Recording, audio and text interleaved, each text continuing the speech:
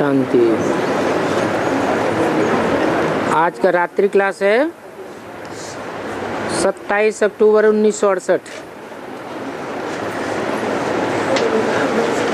बच्चे जो आते हैं रास्ते में कोई 3-4 दिन भी मुरली नहीं सुनते हैं, ईश्वरीय पढ़ाई में एब्सेंट हो जाते हैं, तो फिर भी उनको मुरली पढ़नी चाहिए। कोई पॉइंट्स ऐसे होते हैं जिनसे उनका दिमाग भरपूर हो जाता है, ताकि न समझी हुई बात भी समझ लेवे। यहाँ बैठे हो तो अपने परमपिता परमात्मा शिव को याद करना है, जिससे पाप कट जाए। ये तो जानते हो शिव बाबा पतित पावन है। शिव बाबा को याद न करने से पावन बन ही नहीं सकेंगे। बाप रोज रोज बच्चों को कहते हैं शिव बाबा याद है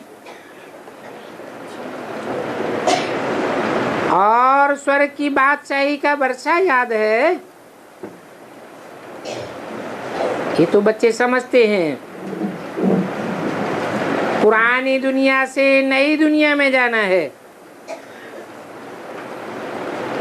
और परमपिता परमात्मा बगैर तो कोई ट्रांसफर कर भी नहीं सकता। अभी तुम पढ़ते हो नई दुनिया में पद पाने के लिए, तो पढ़ाने वाले का नाम जरूर चाहिए।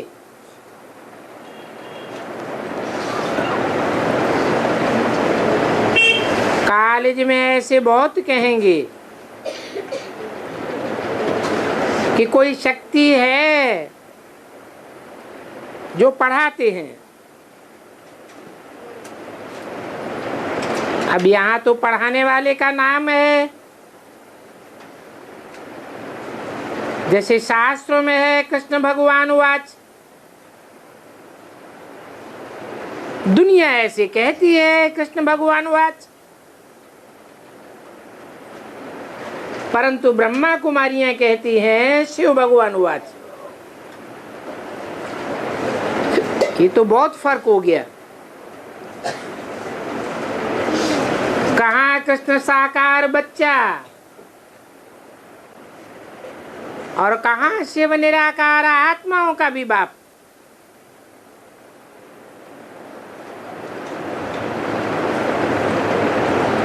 कितना भारी फर्क हो गया।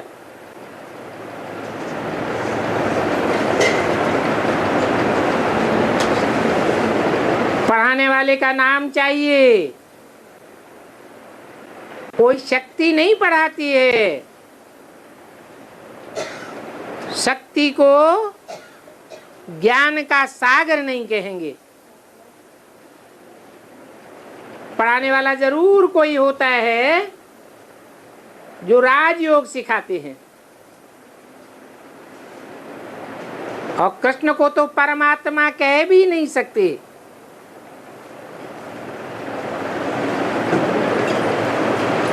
वो परम पाटधारी नहीं है, वो तो बच्चा है।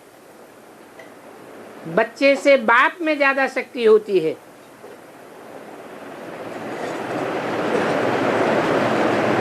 तो बाप हुआ शक्तिवान या बच्चा सब शक्तिवान हुआ?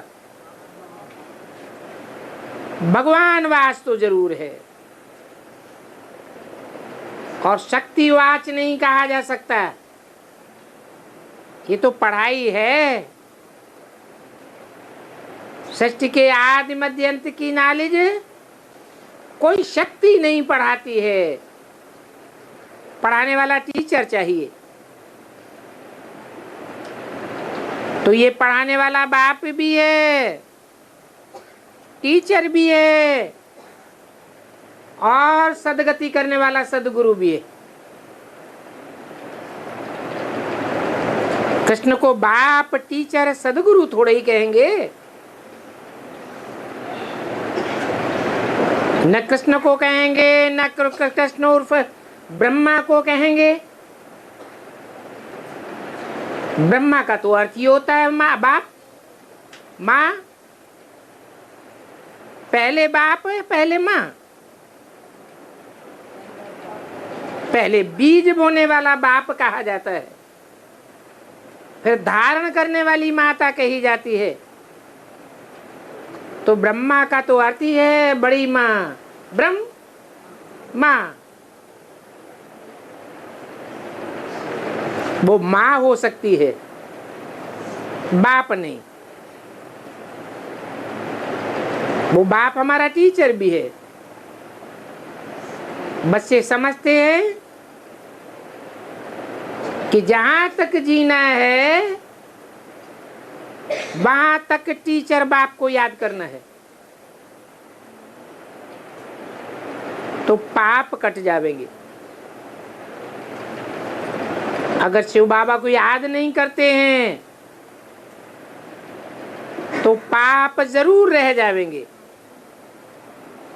कटेंगे नहीं। शक्ति को याद करने से पाप नहीं कटेंगे। शक्ति कोई पढ़ाई नहीं सकती। वो तो बाप है जो सभी आत्माओं का बाप है, वो पढ़ाते हैं। ये तो कायदा ही नहीं कि आत्माओं को कोई शक्ति पढ़ाती है। आत्मा बाप है, जिसको ही परम पिता, परमात्मा, सुप्रीम सोल कहा जाता है, वो ही नॉलेजफुल है। अब इसमें शक्ति तो कुछ है नहीं, शक्ति की बात ही नहीं जिसको नॉलेजफुल कहा जाए। ज्ञान का सागर कोई शक्ति थोड़े ही कहेंगे। शक्ति कोई चीज व वस्तु नहीं है, और पढ़ाई को शक्ति नहीं कहा जा सकता। पढ़ाई तो है सोर्स ऑफ इनकम। तुम्हारी तो जन्म जन्मांतर की इनकम होती है, और पक्का पक्का 21 जन्मों का वर्षा मिलता है। अगर शक्ति को मानेंगे तो शिव को याद नहीं कर सकेंगे और पाप भी नहीं कटेंगे, फिर तो कोई फायदा ही नहीं होगा। बाकी प्यार तो बहुतों में रहता है। ऐसे अच्छे अच्छे कुटुंब होते हैं जो आपस में बहुत लव रहता है। 5-6 बहुएं होती हैं, 6-8 बच्चे होते हैं। उस परिवार में बाप ऐसे रहता है जैसे कि स्वर्ग लगा पड़ा हो। यहाँ तो तुमको ज्ञान मिलता है सच्चम सच्च स्वर्गवासी बनने के लिए। इस दुनिया में तो है ही नरक। स्वर्गवासी बन सकते हैं परमपिता परमात्मा शिव को याद करने से। इन बातों को कोई नहीं समझते हैं तो समझा जाता है इनकी तकदीर में नहीं है। स्वर्ग में तो बहुत आ जाएंगे, सेमी स्वर्ग में और भी आ जाएंगे। महाभारत लड़ाई का भी गीता में वर्णन है, भगवान वाच है। मैं राजयोग सिखलाता हूँ, राजाओं का राजा महाराजा बनाता हूँ। इसलिए ये महाभारत लड़ाई भी है। बाप कहते हैं मैं कोई लड़ाई नहीं लड़ाता हूँ, मैं तो राजयोग सिखाता हूँ। और ये राजयोग कोई भी मनुष्य अथवा देवता नहीं सिखा सकता, भगवान ही सिखा सकता है। और भगवान अनेक व्यापी नहीं है। देवताएं तो अनेक होते हैं, मनुष्य अनेक होते हैं, भगवान तो एक ही होता है।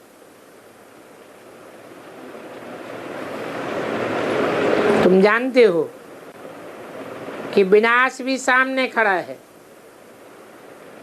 मुझने की इसमें बात नहीं है। भगवान आवेंगे तो जरूर नई दुनिया बनावेंगे, पुरानी दुनिया खलास करावेंगे,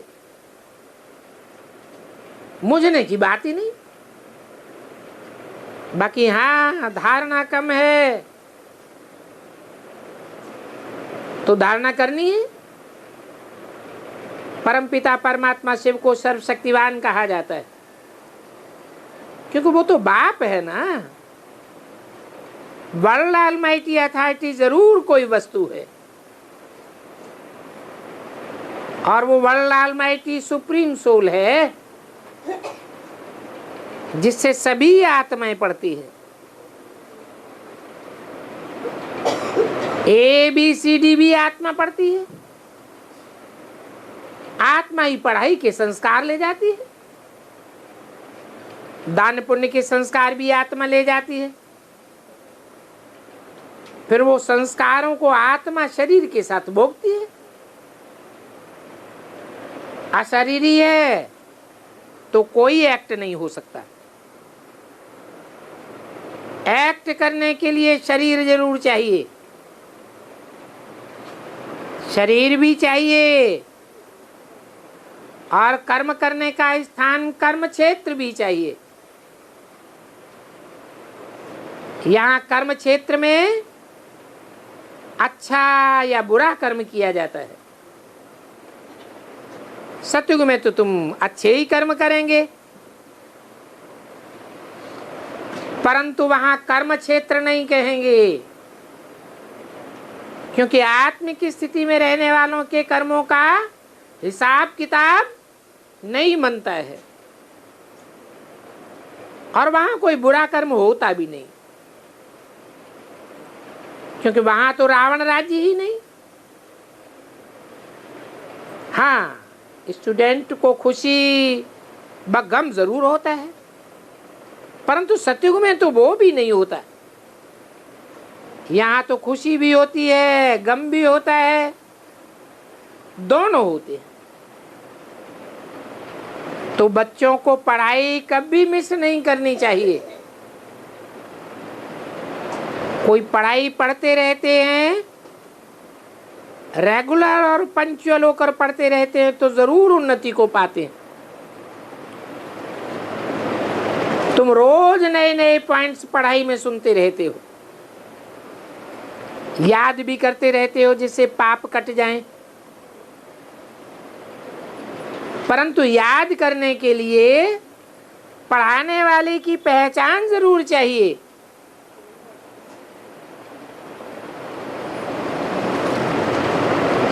ये तो जानते हो, परमपिता परमात्मा से हमको शक्ति का वर्षा मिलता है।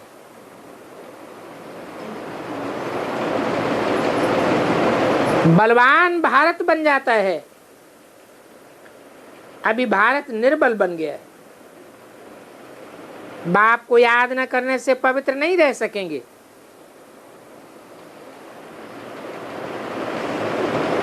अभी सर्वशक्तिवान परमपिता परमात्मा शिव को याद करना है तो परमपिता शिव से शक्ति का वर्षा मिलता है।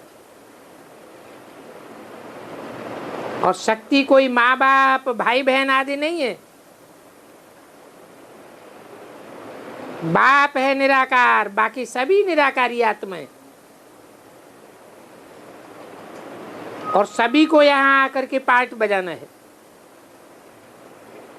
हर आत्मा को अपना अपना अविनाशी पार्ट मिला हुआ है। वो पार्ट कम जास्ती नहीं हो सकता है। कल्याणकारी तो बाप ही है। बच्चे भी फिर ऐसे ही बन सकते हैं। जिसने कल पहले सदगति की होगी उनका यादगार भी यहाँ बना हुआ है। अच्छा, बच्चों को गुड नाइट और नमस्ते।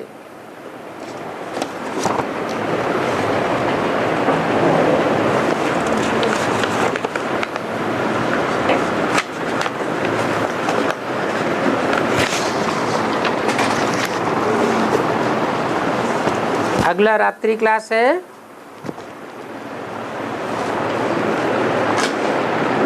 29/10/68 का।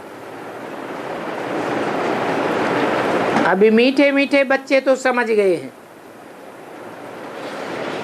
कि रूहानी बाप आत्माओं को जैसे खुद ज्ञान का सागर है, वैसे बच्चों को ज्ञान का सागर बनाए रहे। आगे तो तुम भक्ति के सागर थे,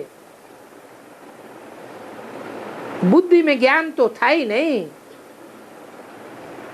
अभी तुम ज्ञान के सागर बनते हो। भक्ति से उतरती कला होती आई है, ज्ञान से तुम्हारी चढ़ती कला होती है। और सागर तो दोनों हैं, क्योंकि भक्ति वालों को भी अच्छा नशा रहता है तो उनको कहेंगे भक्ति के सागर। यहां तो तुमको नशा चढ़ता है ज्ञान का, आगे भक्ति का नशा था,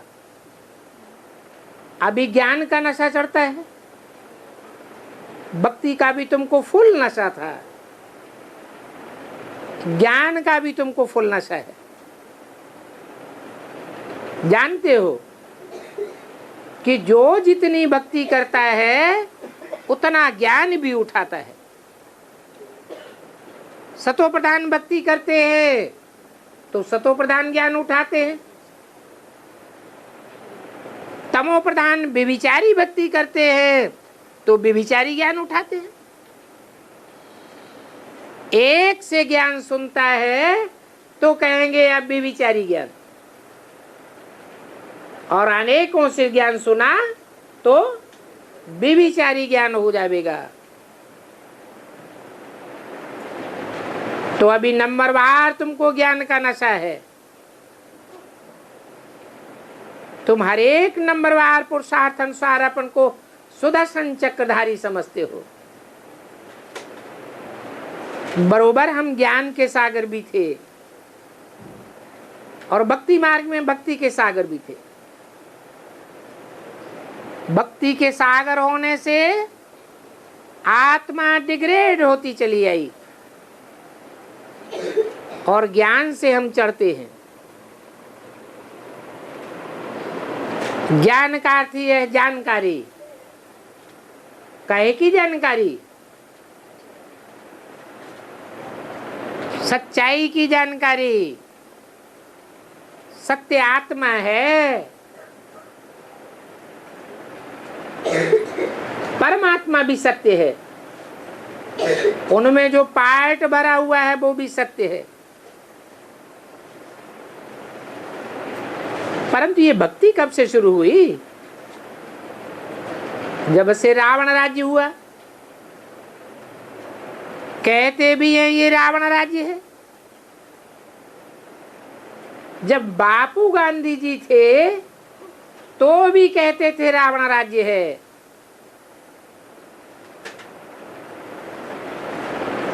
बापूजी राम राज्य स्थापन करते थे ना, अर्थात रावण राज्य था ना, परंतु वो तो रावण राज्य खलास कर नहीं सका, राम राज्य स्थापन हो नहीं सका। वो तो जिस्मानी बापू था और ये तो रूहानी बापू है। उन बापूजी से तो राम राज्य नहीं स्थापन हुआ और रूहानी बापू तो एक ही है। गांधी तो ये जानते नहीं थे बाप को याद करने से पाप जल जावेंगे। ये बेहद का बापू है जो अपने साथ योग सिखलाते हैं। कहते हैं कि मुझे पतित पावन कहते हैं, तो पावन होने का योग सिखलाए तुमको हम पावन बनाते हैं। मनुष्य एक्टर न जाने, एक्टर की एक्ट को न जाने, भगवान को न जाने, तो नास्तिक कहा जाता है।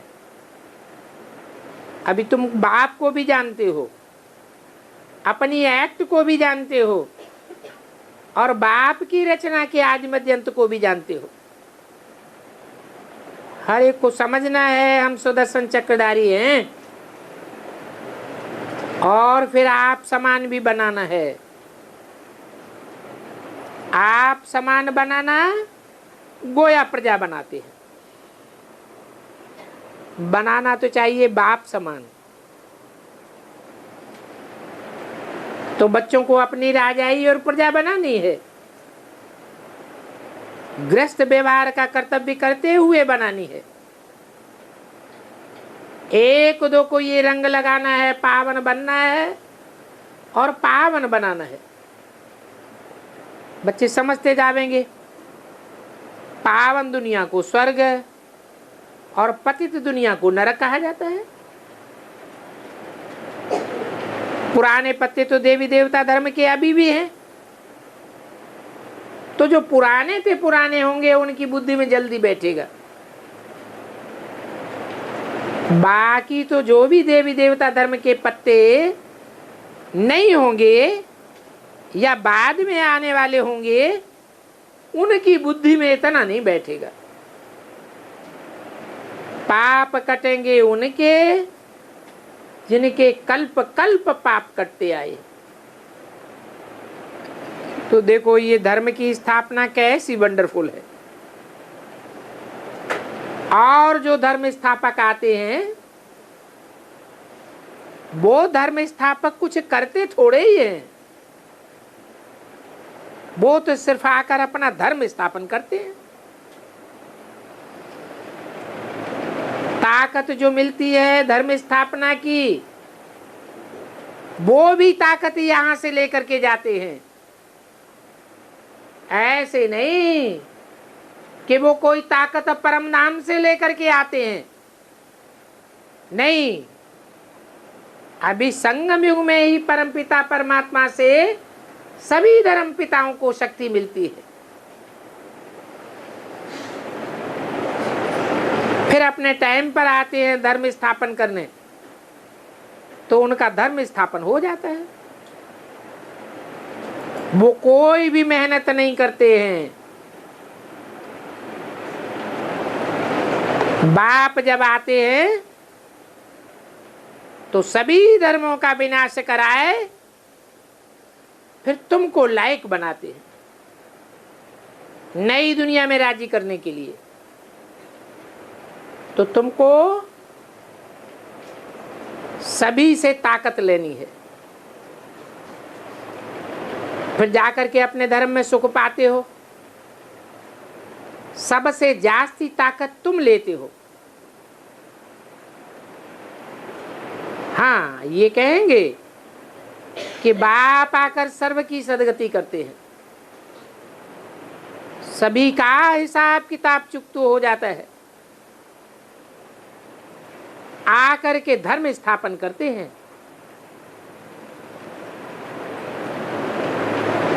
कौन सा धर्म स्थापन करते हैं? आदि सनातन देवी देवता धर्म। अल्लाह अव्वल दिन की कहानी भी बनाई है। अल्लाह आते हैं तो अव्वल नंबर का दीन अर्थात धर्म स्थापन करते हैं। तो मेहनत सारी बाप की है।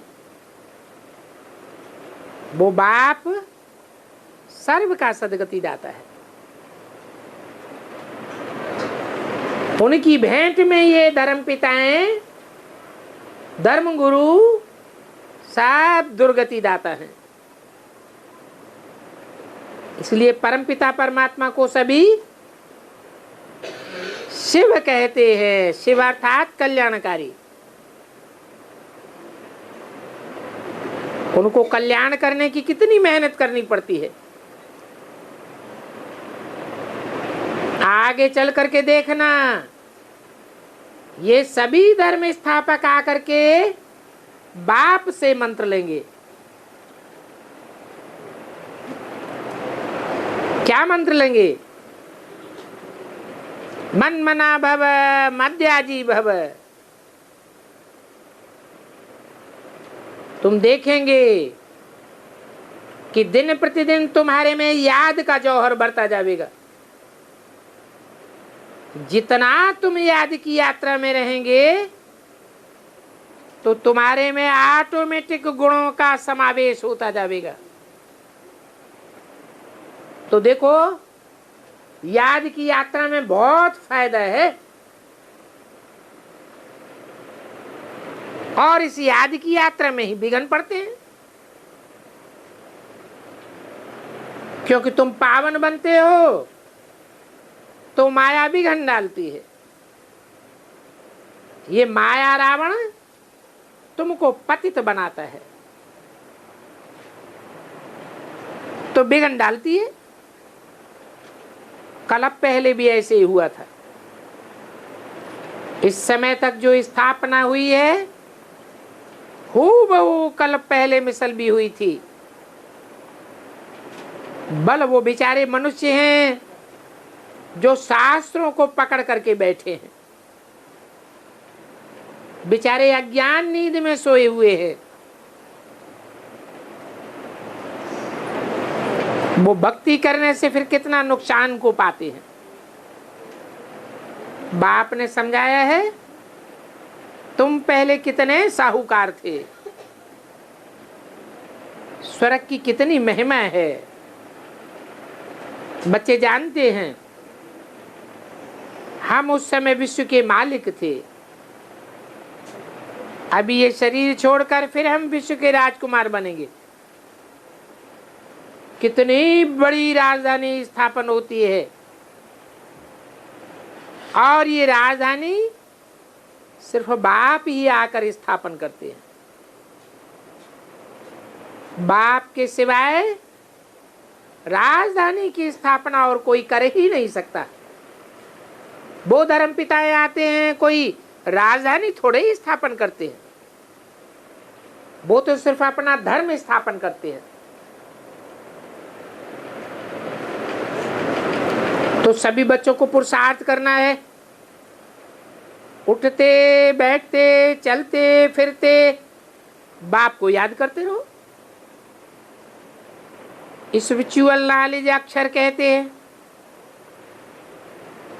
परंतु दुनिया में सिवाय तुम बच्चों के स्पिरिचुअल का अर्थ तो कोई जानते ही नहीं। बाप समझाते हैं भक्ति मार्ग में कितना कड़ा अज्ञान फैला हुआ है।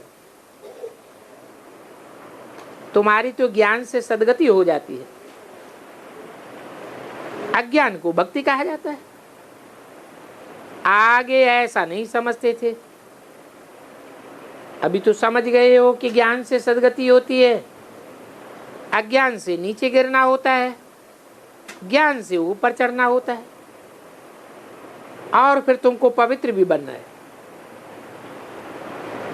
हर एक के पुरुषार्थ का भी साक्षात्कार बीच बीच में होता रहता है। जब तुम्हारा नाम बाला हो जाएगा तो सभी तुमको देने लग पड़ेंगे, परंतु तुम तो बड़े सर्राफ हो, ऐसों का थोड़े ही लेंगे जो उनको फालतू भर करके देना पड़े। बाबा भर करके देंगे तो फिर हमको कम पड़ जाएगी। ये तो सभी यहाँ मिट्टी में मिल जाना है, किसी के काम में भी नहीं आवेगा। तुम बच्चे जानते हो नई दुनिया में सभी नई चीजें तुमको मिलती हैं, उसको नई दुनिया स्वर्ग कहा जाता है, उसको कहते हैं wonder of the world. New world है ना। 29 अक्टूबर 68 की वाणी का दूसरा पेज। बाकी 7 वंडर्स मनुष्यों के बनाए हुए हैं, वो तो पुरानी दुनिया के बंडर से हैं, जैसे चीन की दीवार, ताजमहल, मिस्र के पिरामिड, झूमती मीनारें, कितने लोग देखने जाते हैं। बाप कहते हैं जब विनाश होगा तो ये सातों मनुष्यों के बनाए हुए बंडर से नहीं रहेंगे, सब विनाश को पावेंगे। न चीज रहेगी न देखने वाली रहेंगी। तुम्हारी नई दुनिया का वंडर दुनिया के लिए रह जाएगा। ये सभी नॉलेज तुम बच्चों की बुद्धि में होनी चाहिए। और फिर फादर शोज सन, सन शोज फादर। रूहानी बाप सभी आत्माओं को सुनाते हैं, फिर वो बच्चे दूसरी आत्माओं को सुनाते हैं। बच्चों को ही सर्विस करनी है तो बाबा तो यहाँ बैठ जाते हैं मिनी मधुबन में। तुम देखेंगे आगे चल करके दिन प्रतिदिन बाबा मधुबन से बाहर नहीं जाएंगे।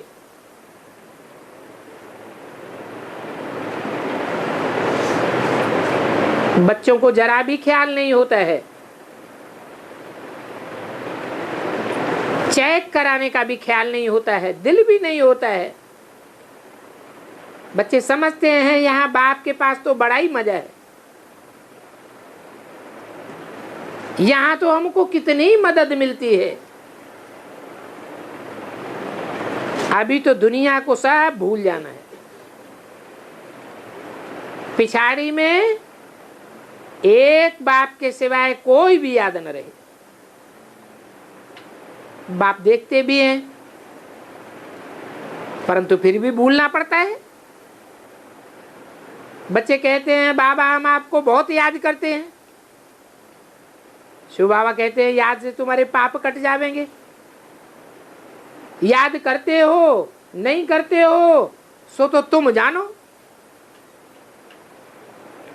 मेरे साथ तुम सच कहो या झूठ कहो कि मैं बहुत याद करता हूं, नुकसान व फायदा तो तुमको होगा। इस दादा को भी सभी कुछ भूल जाना है, इनको भी शरीर छोड़ करके जाना है। कौन सा दादा है? किसकी तरफ इशारा दिया? दादा किसको कहा जाता है? ब्रह्मा को। पहले से ही बता दिया इनको भी शरीर छोड़कर जाना है। इनका नाटक पूरा हुआ। तुमको यहाँ कोई बाहर का गोरख धंधा नहीं है। बाहर जाने तो सभी याद आने लग पड़ते हैं, धंधा आदि याद आवेगा। यहाँ तो बाप सभी धंधे धोरी आदि भुलाई देते हैं। अगर धंधा धोरी याद आदि याद पड़ती रही तो फिर क्या करेंगे? यहाँ तो तुम आते ही रिफ्रेश होने के लिए। यहाँ तुम्हारा चार्ट अच्छा वृद्धि को पाता है। जितना बाप को याद करेंगे तो तुम देखेंगे थकेंगे नहीं। देवांश से थकान होती है। आत्म की स्थिति में रहने से अथवा बाप को याद करने से थकान नहीं होगी। तो अपन को आत्मा समझना है। एक तो आत्मा की बैटरी भरती जाएगी और फिर जमा भी होता जाएगा। एक दो को सावधानी देते हुए चलते रहेंगे कि बाप को याद करो तो तुम्हारे भी पाप कटेंगे, औरों को भी कटेंगे। यहाँ तो और कोई धंधा धोरी याद है ही नहीं। बच्चे मधुबन में आते हैं रिफ्रेश होने के लिए। यहाँ से बाहर की दुनिया में जाने से जैसे गोरख धंधे में फंस जाते हैं। यहाँ तो बच्चों की बहुत उन्नति होती है। तुम्हारी आत्मा की बैटरी भरती जाती है तो देखो कितना फायदा होता है। खुशी भी होती है। हम ईश्वरीय परिवार में बैठे, यहाँ आसुरी परिवार की तो कोई बात नहीं है। तुम सभी बच्चे अभी हंस बनते हो, कोई भी बगुला नहीं है, इसलिए तुमको बाप की बहुत कशिश होती है। बाप के सन्मुख रहने से तुम्हारी बैटरी बहुत चार्ज होगी। बच्चों को खुशी भी होती है। बाहर में तो मित्र संबंधी आदि की याद आती रहती है, यहाँ तो वो याद नहीं रहती। हम सभी भाई भाई हैं और प्रजापिता ब्रह्मा के बच्चे भाई बहन हैं। तो क्रिमिनल दृष्टि की बात नहीं है, क्योंकि तुम बच्चों को डर रहता है, क्योंकि थोड़ी भी अगर खराब चलन होगी तो नाम बदनाम कर देंगे। यहां तो कोई भी बगुला नहीं होना चाहिए। तो देखो, यहां और वहां की दुनिया में बहुत अंतर पड़ जाता है। बाप के सन्मुख आने में बहुत फायदा होता है। बहुत हैं जिनको घमासान अच्छा नहीं लगता है। कहा भी जाता है संग तारे कुसंग बोरे, और यहां तो कुसंग की बात ही नहीं है। तुम तो एक ही सत्य बाप को याद करते हो। तुम एक बाप से मोती चुंगने वाले हो और उन ज्ञान रत्नों की धारणा करने वाले हो। वो दुनिया में तो सब बैठे हैं कीचड़ पट्टी वाले, तो उनसे दिल हट जानी चाहिए। बहुत नुकसान कर देते हैं। यहाँ तो तुम बच्चे सभी हंस हो, दूसरा तो कोई है ही नहीं। बाकी घर में तो सभी होते हैं और एक जैसे तो होते नहीं हैं। हंस 10 होंगे तो बगुले 12 होंगे, इसलिए मेहनत लग जाती है। अभी तो बाप को याद करना है, वो बाप जो विश्व की बादशाही देते हैं। अगर उनको याद नहीं करेंगे तो तुम साहूकार कैसे बनेंगे? बाप तुमको बहुत साहूकार बनाते हैं।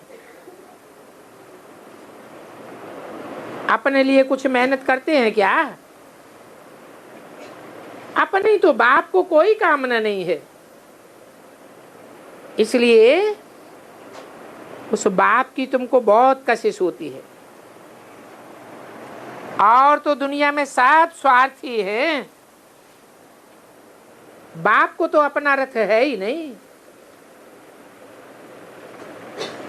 तो देखो, तुम बच्चे जब घर जाते हो तो तुम्हारा सारा रूहानी नशा गुम हो जाता है, जैसे कि भूल ही जाते हो। यहाँ तो तुम हॉस्टल में बैठे हो, पढ़ते भी यहाँ ही हो, सभी कुछ तुम्हारा यहाँ ही है। तो बाप गारंटी देते हैं, एक बाप को याद करना है तो तुम्हारे सारे पाप कट जावे।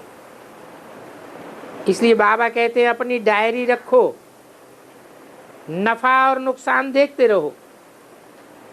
अपने को देखना है कि हमने कोई को दुख तो नहीं दिया आज।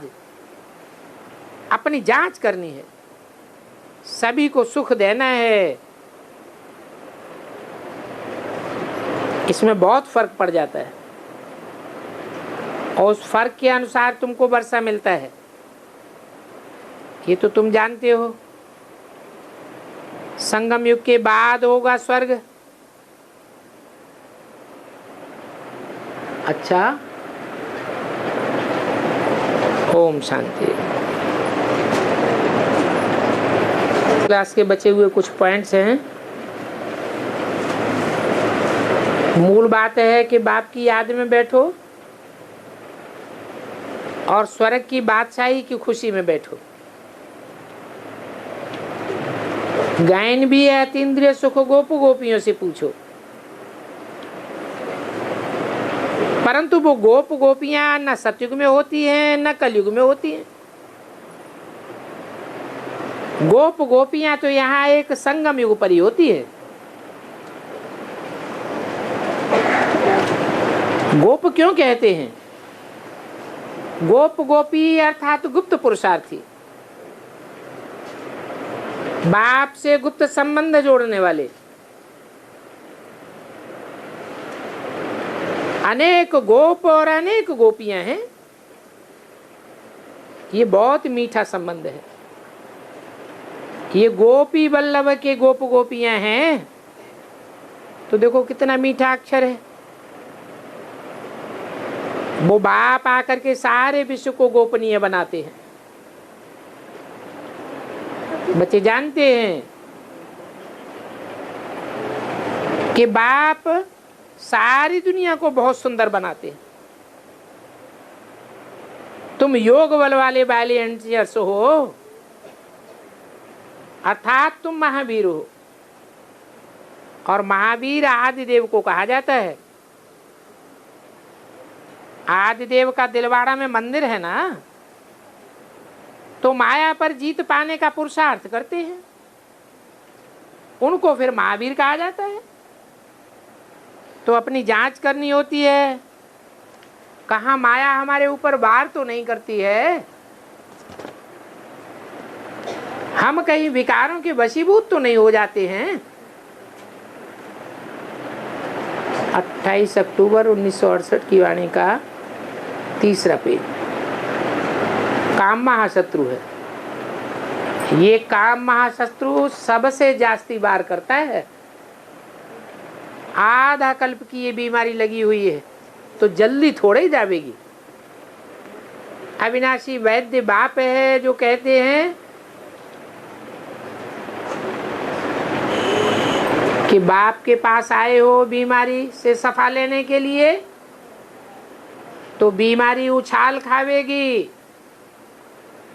लेकिन तुम स्थिरियम रहना। हनुमान का मिसाल भी देते हैं। पांव रावण की सभा में टिका दिया तो ये बुद्ध रूपी पांव है, हिलना नहीं चाहिए।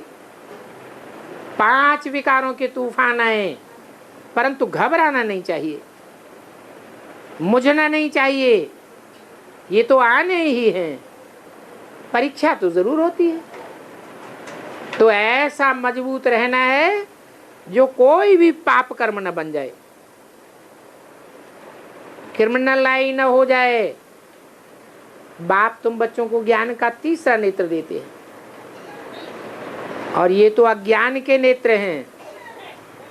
ये स्थूल नेत्रों को फोड़ना है, अर्थात अपन को आत्मा समझना है। अपन को आत्मा समझ लेंगे तो ये अज्ञान के नेत्र बंद हो जाएंगे। औरों को भी आत्मा की याद दिलाना है, हिंसा कुछ नहीं करनी। ये सभी शिव बाबा की बारात है। तुम बच्चे आए हो बारात में जाने के लिए, बाप आए हैं तुमको गुलगुल बनाकर साथ ले जाएंगे, इसलिए शिव की बारात कही जाती है। बच्चों को मालूम है हमको यहाँ इस सृष्टि पर रहना नहीं है, पार्ट बजाना है। शिव बाबा है तो हम भी हैं, और शिव बाबा को तो पैर ही नहीं है, वो तो निराकार है। तो देखो ये ड्रामा का चक्र फिरता रहता है। जो भी ब्राह्मण हैं वो रचयिता और रचना के आदि मध्य अंत को जान गए हैं, धनी के हो गए। आपस में लून पानी नहीं होना, लड़ेंगे झगड़ेंगे तो कहेंगे लून पानी। इसमें बहुत मेहनत है। 1-2 से विपरीत बुद्धि नहीं बनना है। कहा भी जाता है विपरीत बुद्धि विनश्यन्ति। अच्छे अच्छे महारथी भी ऐसे हो जाते हैं। नानक ने भी कहा है सत्य, हो सी भी सत्य है सी भी सत्य। तो बच्चों को ये स्मृति में रखना चाहिए कि हम आत्मा ही 84 का पार्ट बजाती है। जो आत्म की स्थिति में स्थित नहीं रह पाते उनके कम जन्म होते हैं। तो ये देखो वंडरफुल बात है। वो तो 7 वंडर सिखाते हैं, बाप का तो एक ही वंडर है। उस स्वर्ग के तुम मालिक बनते हो, तो बच्चों को बड़ी खुशी होनी चाहिए। बाबा को रथ भी ब्रह्मा का मिलता है, कहते भी हैं ब्रह्मा द्वारा स्थापना। अब स्थापना किसकी? क्या ब्रह्मा द्वारा स्वर्ग की स्थापना? नहीं, ब्रह्मा द्वारा ब्राह्मणों की स्थापना। ब्राह्मण बन जाते हैं, फिर बाप बैठ उन ब्राह्मणों को देवता बनाते हैं, तो विष्णु की माला बन जाते हैं। तो ये है ज्ञान मार्ग, और वो दुनिया में चलता है भक्ति मार्ग। ज्ञान दिन है, भक्ति रात है। दिन में तो सुख ही सुख है, फिर भक्ति में है दुख। पुकारते हैं तुम माता पिता हम बालक तेरे। स्वर्ग में तो घनेरे सुख थे, अभी तो घनेरे दुख हैं। बाप रास्ता बताते हैं, तो याद कर लेना चाहिए। स्व को, षष्ठी चक्र के आदि मध्य अंत की नॉलेज को याद करना है। गदा तो तुम्हारे पास है ही रावण को मारने के लिए। यहाँ तुम बच्चों को सारा चक्र स्मृति में आता है। वेद का बाप हमको पढ़ाते हैं, याद रहे तो तुम्हारे विकर्म विनाश हो जाए। कोई तकलीफ की बात तो है नहीं। अपन से पूछो पुरुषार्थ बड़ा है या प्रारब्ध बड़ी है? ये तो जानते हो कि पुरुषार्थ से प्रारब्ध बनती है। पुरुषार्थ जरूर करना पड़े,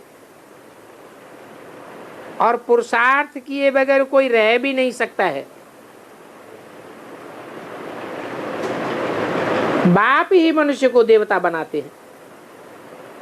ऐसे मीठे मीठे बाप को बहुत प्यार से याद करना चाहिए। घड़ी घड़ी बाप की याद थिरक जाती है।